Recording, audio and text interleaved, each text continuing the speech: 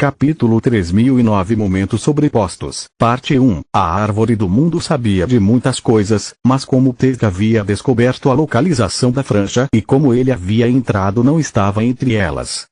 Uma coisa que Yggdrasil sabia com certeza. Anos se passaram desde a primeira incursão e, desde aquele dia, o Devorador de Sol se tornou ainda mais forte. Quanto era outro mistério e um dos poucos em lugar que a árvore do mundo não tinha desejo de desvendar. Com o tempo, os Eldritches teriam chamado seus parentes. Com o tempo, eles teriam destruído todos nós. Felizmente, Solo se recuperou completamente e o único problema que lhe restou foi esconder a tristeza pela perda dos ouvidos. Strider ofereceu-lhes a armadura e a arma de Maergron para compensar a perda, mas eles recusaram. Mas estou interessado nos métodos de criação de Dadven. Lit disse, irritado com o roubo dos ouvidos e o atentado contra a vida de Solos. Não posso ajudar com isso, desculpe. O Zolvo balançou a cabeça. Essas armaduras pertencem ao Conselho. Nenhum de nós sabe como fazê-las. E os anciões vão me dar uma surra por perder a minha. Azon disse com um suspiro. Apenas seu crânio já havia se regenerado. O resto do corpo levaria pelo menos um dia.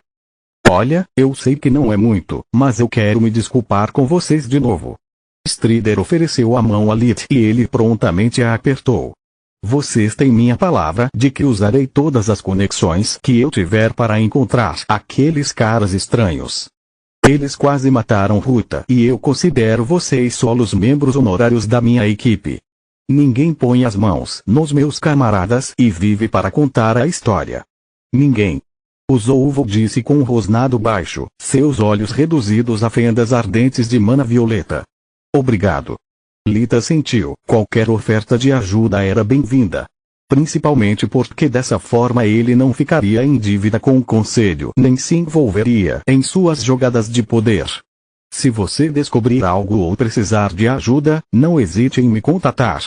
Minha política sobre aqueles que machucam minha família é similar à sua, só que muito mais cruel. Eles trocaram runas de contato. Quer apostar? Strider disse com um sorriso cruel que o fez ganhar vários pontos no livro de Lit. O jogo começou. Após outra rápida despedida, a mão do destino partiu com a promessa de contatar os outros novamente depois que o jardim fosse completamente explorado. A missão foi um sucesso e todos tiveram direito à sua parte dos despojos recuperados. Vamos para casa. Lee checou Solos pela enésima vez com revigoramento. Por um momento, ele pensou tê-la perdido para sempre e o sentimento ainda assombrava sua alma. Solos havia sido ferida muitas vezes.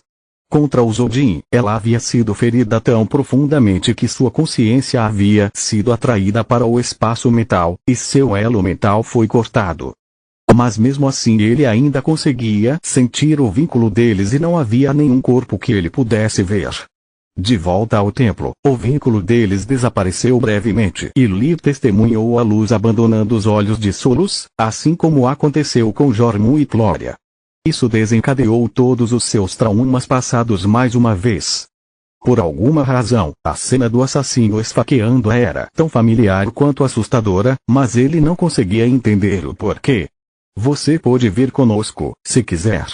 Solos disse. Elisia ficará feliz em ver você. Mesmo que ela não gostasse muito de Bitra e se sentisse tão cansada que poderia dormir por uma semana, Solos não queria ser rude com os Eldritches. Foi graças a eles que ela rastreou os ouvidos de Minadion e eles se arriscaram várias vezes para ajudá-la. O fracasso em recuperar o artefato não apagou os seus sacrifícios nem a gratidão de Solos. E nós queremos vê-la. Obrigada. Bitra respondeu com um sorriso caloroso, mas manteve distância ainda mais do que o normal. Eles precisaram de alguns passos do caos para chegar à cidade mais próxima com um portal de distorção e então um único passo para chegar à mansão Veren. Já era tarde da noite, mas o parque ainda estava cheio de atividades. Camila estava ensinando a Célia os princípios básicos da magia doméstica, mudando de assunto para trabalho de pés e autodefesa sempre que a caçadora ficava cansada de estudar.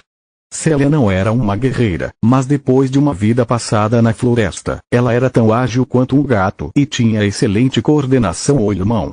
Aprender a lutar foi muito mais fácil para ela do que a primeira magia. A mansão era o campo de treinamento escolhido por eles porque era espaçosa, longe de olhares curiosos e, mais importante, tinha muitas babás. A prática da magia exigia tempo, concentração e silêncio. Tudo que faltava a Célia desde que ela deu à luz 5 crianças híbridas em forma de ciclones. Elina, Rila, Rena cuidaram das crianças. Aran e Leria estavam de volta de suas aulas de mágica no deserto e mantiveram Lilia e Leran ocupados brincando com suas feras mágicas. Garrick e Fofo participaram de seus jogos. As habilidades do jovem tirano compensaram o fato de Big ser o mais fraco do grupo. Em um lugar isolado do parque, Nalrond estava ensinando a Fria e Protetor os fundamentos da maestria da luz. O Agni logo se tornaria parte da família Ernas e compartilharia seu legado com eles, mas ele queria que sua noiva fosse a primeira a se beneficiar disso. Protetor foi incluído nas lições porque Nalrond o considerava parte de sua nova tribo. Osco e sua família estavam entre os poucos que sabiam quem ele realmente era e tinha compartilhado sua casa com ele por anos. Isso é o mínimo que posso fazer para agradecê-los, Nalrond pensou com um sorriso sereno no rosto. E pensar que eu me esforcei muito durante anos para aprender a maestria da luz e eles estão conseguindo isso de graça. Kila pensou com a carranca de alguém que perdeu uma aposta enorme.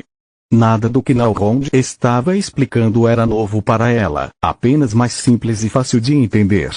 O Agni estava em sua forma humanoide e também havia buscado a privacidade da mansão. Não havia servos humanos ali, ninguém piscou para sua aparência.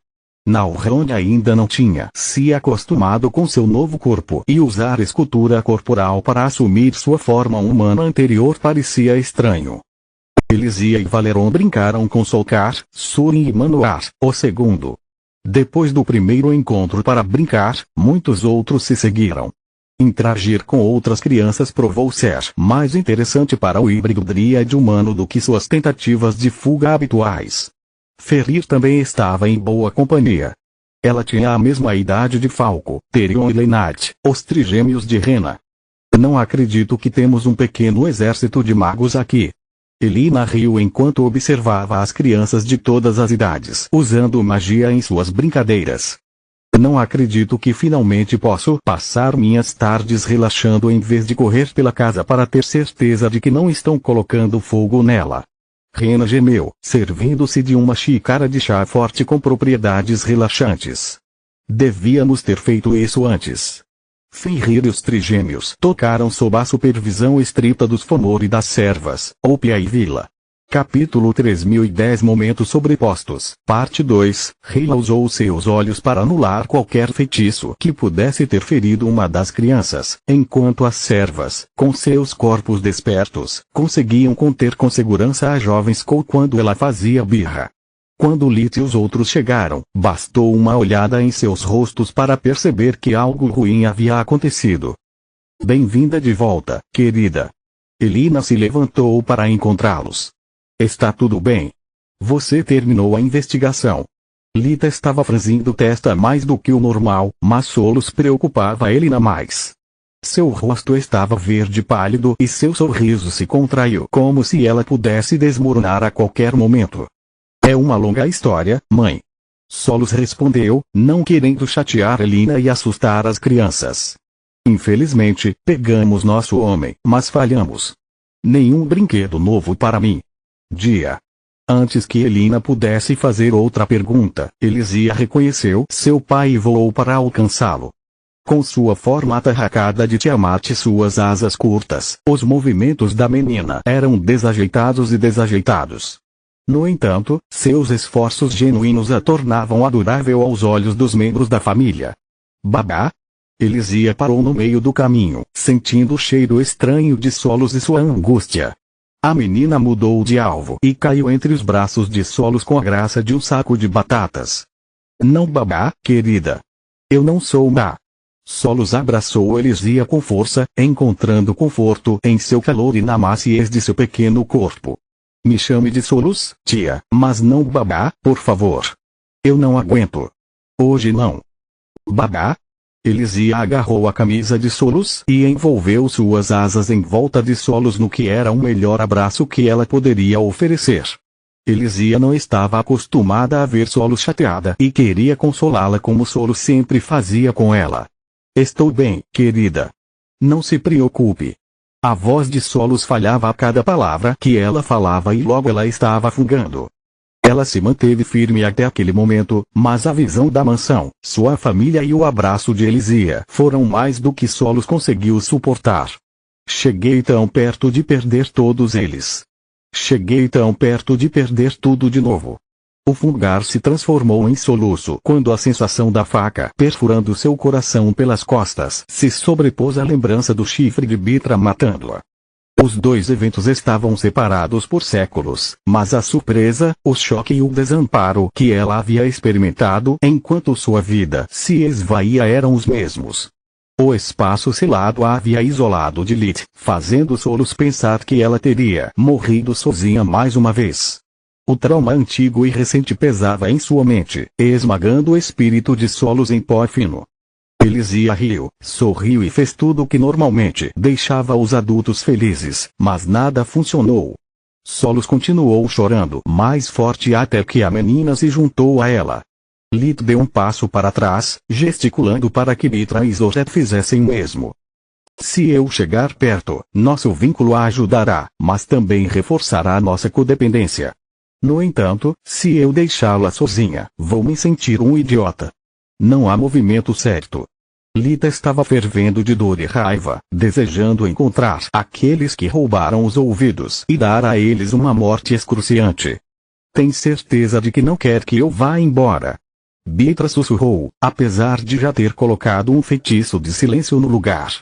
Minha presença aqui só pode tornar as coisas mais difíceis para ela. Você está certo. É melhor você ir. Sinto muito. Litos teletransportou para o portal e se desculpou novamente. Não se desculpe, maninho. Zoret dispensou. Só nos avise quando Solos melhorar e diga a ela que se houver algo que possamos fazer, ela só precisa pedir. Farei isso. Obrigado. Enquanto isso, no parque, Elina abraçava Solos na tentativa de consolá-la, enquanto Hila e as criadas levavam todos para dentro para dar um pouco de privacidade às duas mulheres. Assim que ficaram sozinhos, Solos tentou falar, mas sua voz era uma bagunça soluçante, e as poucas palavras que ela juntou não faziam sentido. Ela usou um link mental para compartilhar com Elina os momentos finais da missão e todo o sofrimento que sua experiência de quase morte lhe infligiu. Está tudo bem, baby. Já acabou. Você está segura aqui. Pequenas lágrimas escorreram pelas bochechas de Elina, mas sua voz permaneceu calma e suave. A dor de Elina era mais do que Elisia podia suportar, então ela fez tudo. Dia. Mama. Gama. Masa. Ela clamou por conforto àqueles que lhe eram mais queridos. A menina não entendia o que estava acontecendo e ficava apavorada ao ver os adultos chorando. A marca de sangue de Salaarca trouxe do deserto, Lith sentiu a angústia de Elisia através da ressonância deles, e Camila correu para lá porque podia ouvir sua filha chorar a 1 quilômetro de distância. Solos chorou muito, mas Elisia ficou em segundo lugar. A força de Salaarc, o vínculo de Lith e o calor do abraço coletivo permitiram que Solos se recompusesse o suficiente para fazer uma pergunta que a incomodava. Quem é Masa e por que eles não responderam? Ela perguntou em meio a fungadas. E eu também sou sua avó, querida. Eu deveria estar ofendida por você ainda não ter me chamado de Gama. Elina deu um beijo na cabeça de Elisia com uma carranca falsa, tentando aliviar o clima. É você. Salaarc respondeu à pergunta de Solos. Significa mamãe. Solos e Elisia estava guardando para uma ocasião especial.